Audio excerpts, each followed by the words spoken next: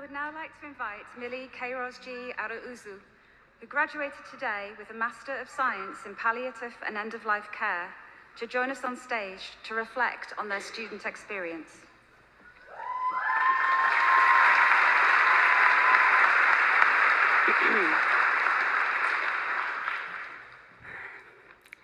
Pro Vice-Chancellor, distinguished guests, friends, families, and fellow students, what a day. It's an incredible honor to stand here today as the voice of this brilliant class of graduates, but I have to say, it's also challenging. So instead of trying to speak for everyone, I want to begin by speaking to you. I am genuinely so proud of each one of you, even if this is the first time you're seeing me. Some of you I have been lucky to know well. You held my hand on difficult days, shared tea and far too much coffee, sweets in the winter, festivals in the summer. We studied together, went to the pubs, to the gym, to salsa classes, to house parties. We shared food, stress, and joy. Together, we celebrated birthdays, Christmas, Lunar New Year, Diwali, Easter, and so much more. With others, our paths crossed working beyond the classroom, as international student ambassadors or on match days in Anfield or Hill-Dixon. But even if we never met, we still shared this journey, this time, this city. We queued the same queues at lunchtime. We read the same motivational notes in the library pods and walked under the same rainy skies.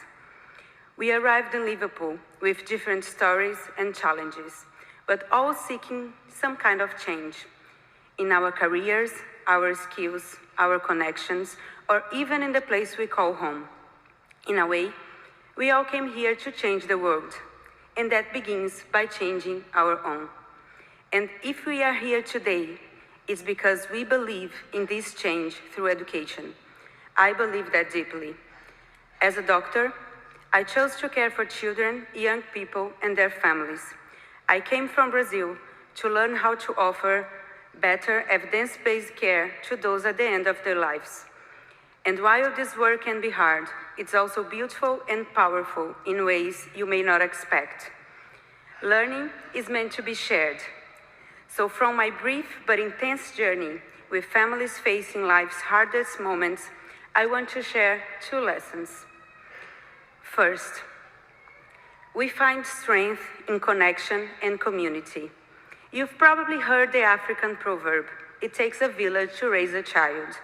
I see that with my young patients, how much they rely on others and reflect their love and support around them. I also believe it takes a community to keep raising us for life. So now, I want to say thank you to every person at this university community who helped us reach this moment, who made it possible for us to walk across this stage. Thank you for your time, your passion, and dedication to create a place where you can grow, particularly to my professors and staff.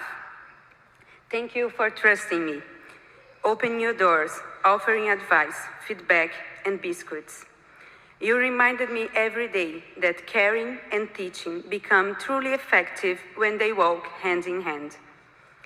And speaking of learning, before arriving, I knew little about Liverpool beyond the Beatles and the master program of my dreams. I didn't realize I'll be learning a new dialect, Scouse. But very quickly, everything became familiar. The sound of the seagulls, the warmth of people balancing the cold wind, the loud city center, the sunset at the docks, and the passion for football. And what a season to be here, the last one. Liverpool became a home, not just because of its places, but because of its people. Second lesson, grief taught me that love does not disappear when presence does. This applies not only to loss, but to the people we love across distance, those who guide us from afar. Sometimes it may feel like you are alone, but remember, you will never walk alone. Love transcends time.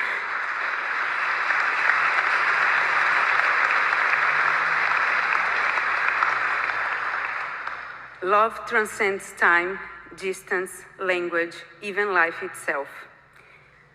I'm standing here, speaking in a language that some of the people I love the most cannot understand.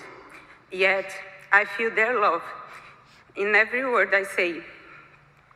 Vocês estão comigo. So whether you are here cheering for someone you love or could not be here in person, know that your love carried us through this journey and we can feel it today. Now, wherever we go, we will carry the love of the people we met here and the moments we shared in this boss city. Our time in Liverpool won't be remembered by grades, but by who we were to each other and what we learned together. So, congratulations, class of 2025. Go out there, change the world, share your dreams, your learnings, your history. Leave a legacy, whether this is recognized by crowds or just a few. Leave the people you meet a little more hopeful and joyful. Celebrate this degree a lot, but also celebrate the person you are becoming and the love that you hold in your life. Take care of yourselves, and thank you.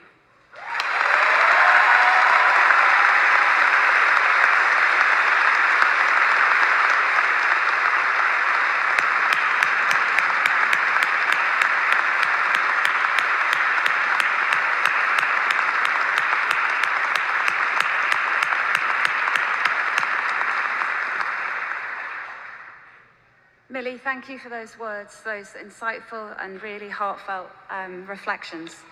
You are correct. You have not walked alone over the last few years. No one in this university has. Since the moment you came through the door today, you've been surrounded by people who have loved you and had your backs.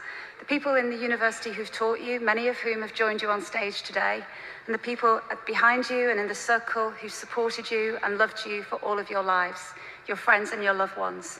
So graduates of 2025, please join me in thanking all of those wonderful supporters in the traditional way.